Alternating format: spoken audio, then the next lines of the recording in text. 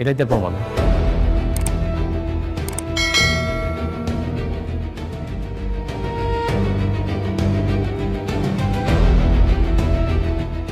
আসসালামু আলাইকুম বন্ধুরা, গরিব ঘরের রাজপুত্র নাটকের কাহিনী এখন যে আগ্নেয়গিরির ওপর দাঁড়িয়ে আছে, তাতে আমাদের অনিকের অবস্থা দেখে একটাই কথা বলতে ইচ্ছা করছে।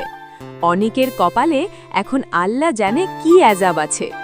অনিকের দশা এখন সেই মাঝির মতো, যে এক নৌকায় পা দিয়ে ডুবতে বসেছিল, এখন দুই নৌকায় পা দিয়ে সে মাঝ দরিয়ায় হাবুডুবু খাচ্ছে। একদিকে রাজকন্যা বৃষ্টির আভিজাত্য, আর অন্যদিকে প্রাণের জান মেঘলার অভিশাপ। আজ আমরা কথা বলবো 10 নম্বর পর্বের সেই কলিজা কাঁপানো কাহিনী, আর আগামী 11 নম্বর পর্বে অনেকের জীবনে আসা সেই ভয়ঙ্কর তুফান নিয়ে। বন্ধুরা, 10 নম্বর পর্বে আমরা যা দেখলাম তা এক কথায় হৃদয় বিদারক। মেঘলা যখন পেটের তাগিদে নাইট ক্লাবে চাকরির খুঁজে গিয়ে এক পাপিষ্ঠের খপ্পরে পড়ল, অনেক তাকে উদ্ধার তো করল, কিন্তু নিজের পিঠ বাঁচাতে সবার সামনে মেঘলাকে নিজের স্ত্রী বলে পরিচয় দিয়ে বসল। অথচ কি অদ্ভুত বেইমানি দেখুন!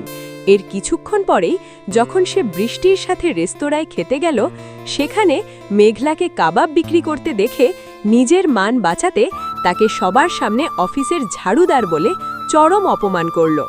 যে মানুষটা একসময় মেঘলার জন্য জীবন দিতে পারত, আজ সে সামান্য কিছু টাকার জন্য মেঘলার আত্মসম্মান ধুলোয় মিশিয়ে দিল। অনেকের এই গিরগিটির মতো রং পাল্টানো দেখে আপনারা কে কে রেগে গেছেন তা কিন্তু কমেন্টে জানাতে ভুলবেন না।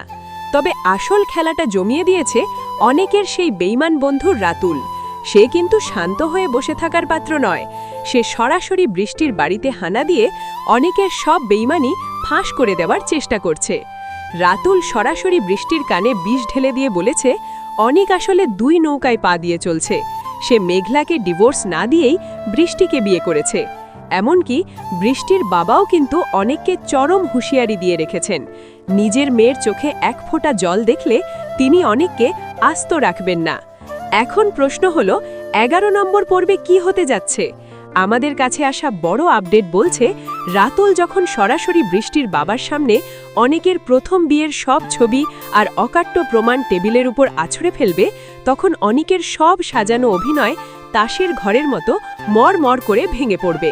বৃষ্টির বাবা কি তখন অনেককে ঘাড় ধাক্কা দিয়ে মাঝ রাস্তায় ছুঁড়ে ফেলে দেবেন? অনেক কি আবার সেই পুরনো ছেঁড়া জামা পরে রাস্তার ফকির হয়ে যাবে? সবচেয়ে বড় টুইস্ট হতে পারে মেঘলাকে নিয়ে। অনেকের এই চরম বেইমানি দেখে মেঘলা কি শেষ পর্যন্ত তাকে ডিভোর্স দিয়ে নিজের আত্মসম্মান বাঁচাবে? অনেকের কপালে আল্লাহ জানে আর কি কি ভোগান্তি আছে। বন্ধুরা, অনেকের এই বিপদের সার্কাস আপনাদের কেমন লাগছে? সে কি তার পাপের শাস্তি পেতে শুরু করেছে? আপনাদের মূল্যবান মতামত কমেন্টে ঝটপট জানিয়ে দিন। আর 11 নম্বর পর্বের সব টাটকা আপডেট সবার আগে পেতে আমাদের এই চ্যানেলটি এখনই সাবস্ক্রাইব করে বেল আইকনটি বাজিয়ে রাখুন। দেখা হবে পরবর্তী ভিডিওতে। আল্লাহ হাফেজ।